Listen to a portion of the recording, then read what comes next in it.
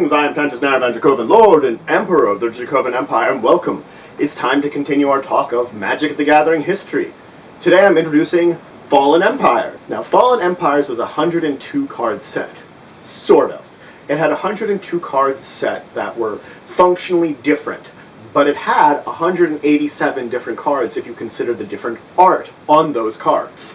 Now, it was released in November of 1994. The set itself had no new keywords. It focused on making creature tokens, so this was the first set that really did a lot of that. It focused on putting counters on cards, especially like things like +1 counters, counters to mark things, and it focused on tribalism. There were lots of groups of creatures that affected each other, like there was groups of dwarfs, elves, merfolk. These were groups of creatures that affected each other and worked well with each other. Now another major theme within this set was war between the colors, basically. Conflict within a color. So when we would have the tribe, for example, red had battles between dwarfs, orcs, and goblins. Now it was really the orcs and the goblins versus the dwarfs, but that was sort of the conflict within the color, and that was a big theme within this set. Now there were 85 cards that were of variant art. This is more than there was in the previous set that used variant art antiquities. So this was the first set to really use it to a high degree, and it's really the only one to use it to such a major degree in comparison to any other set that's been published. Now the storyline of the set takes place on the continent of Spartia. Now on Spartia, there are all these internal groups that, after the Brothers' War, this is another set that takes place after the Brothers' War, conflict is starting to become in between them. And the conflict is represented in the battles between the colors. As I mentioned, there's the dwarfs versus the orcs and the goblins. There's elves versus thalids, which thalids were like fungal creatures that they used to control. The merfolk versus homerids. Homerids are crustacean creatures that were beginning to take over their area. The Icatation versus Zealots. Icatation was a group of a human empire. The Zealots were like religious zealots trying to take over their empire. And the Order of the Ebon Hand versus the Thrall revolts. Thralls were these like mutant creatures the Order of the Ebon Hand had created to serve them, and they revolted. So it's this theme of conflict within the different colors. Now this is considered again one of the weakest sets, just like the Dark, which I mentioned previously. It's another one that's very weak. A big reason for it being weak is they overprinted this set. A lot of the previous sets had a problem with printing, that they didn't put a lot of cards out.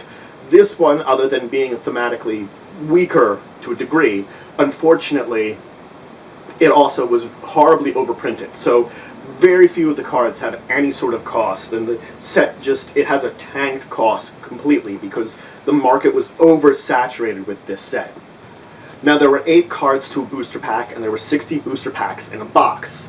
Now, when we defined what cards there were supposed to be a certain number of commons or only a certain number of uncommons.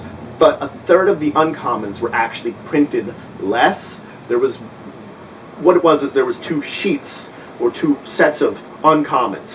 One of them was printed a third of the time in comparison to the other set, and so that set of uncommons became the rares then, effectively, from the set.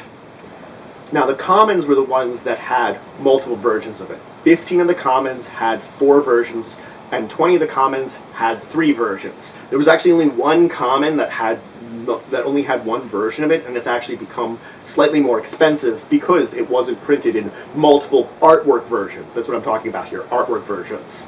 So this set was only printed in English. Unlike the previous 2, which eventually did get foreign language prints, this one did not get any. It was only printed in English. Now, there are some unusual cards that you can find that are from Fallen Empire. They will have the back of a different game that Wizards was producing at the time.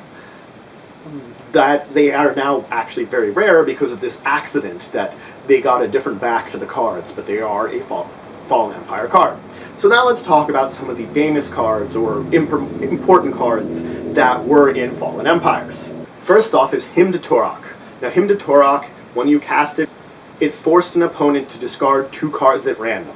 It was cheap, it was powerful, it's still one of the more expensive cards from the set because it's actually really useful. Another one is High Tide. High Tide, when you cast it, all your islands tap for an extra blue until end of turn. So you can effectively double the amount of mana you have for a turn just by spending 1, because it's only 1 blue to cast High Tide. So that's another very good one. And another very good one is, of course, Gobbling Grenade. With Gobbling Grenade, once you cast it, you had to sacrifice a goblin with it, which means I had to get rid of a goblin, whether it's token or an actual goblin from the board, and then Gobbling Grenade does 5 damage to a target, which is a pretty good thing because it was only 1 mana cost to do this. Granted, I had to get rid of a goblin, but in a deck where I can create lots of goblins, or have lots of goblins, I can just sacrifice one to blow something up. Next up is a combo of cards, the Order of Liber and the Order of the Ebon Hand. Now, the Order of Liber was the white version, Order of the Ebon Hand was the black version. They're opposites. Each of them has protection from the opposite color. So Liber would have protection from black, Ebon Hand would have protection from white. Now, they do have a couple other things. Each of them, you can feed them their appropriate color mana to get bigger power, and you can feed them mana to get first strike. Both of them have these abilities, and they're actually pretty good cards to have in your set. After that, we went on to talk about the storage lands which were introduced here. Now, the storage lands is when they came into play tapped. During your untap, you could choose not to untap them. If you did, you could put a storage counter on it.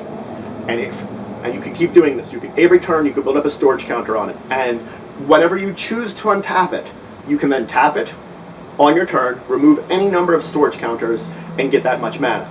So you just keep spending turns building up mana, and then on a turn you untap it and choose to use all that mana you've built up.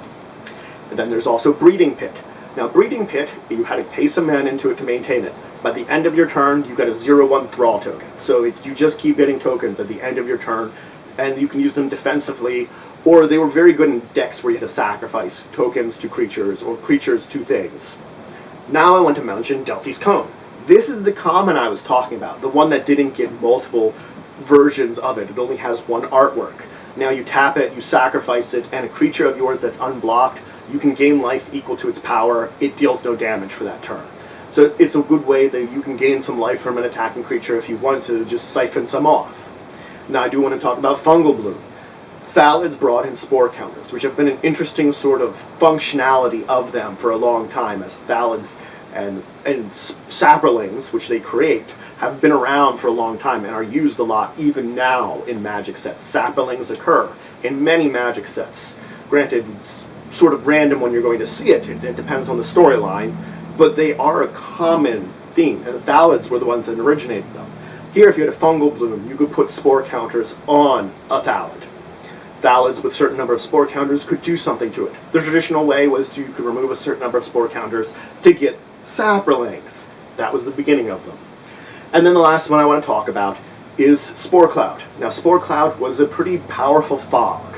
It functioned like the fog card I talked about in a previous episode. What it is when you cast it, all blocking creatures are tapped, along with all the attacking creatures, and neither of them deal damage, and neither side untaps during the next untap phase. So it's a good way of shutting down decks. Granted, you could also choose not to block and then just shut down your enemy, but should you try to block and your opponent does something, you can shut things down. Granted, you will have to worry about the fact that your turn, you're not going to have anything untapped. But then again, you're playing this on an opponent's turn, so they're going to have to worry about going through a phase of not untapping before you get to act again anyway. So that's it for today. I've talked about the Fallen Empire set. I've told you a little bit about it, what kind of things happened in it, when it was defined.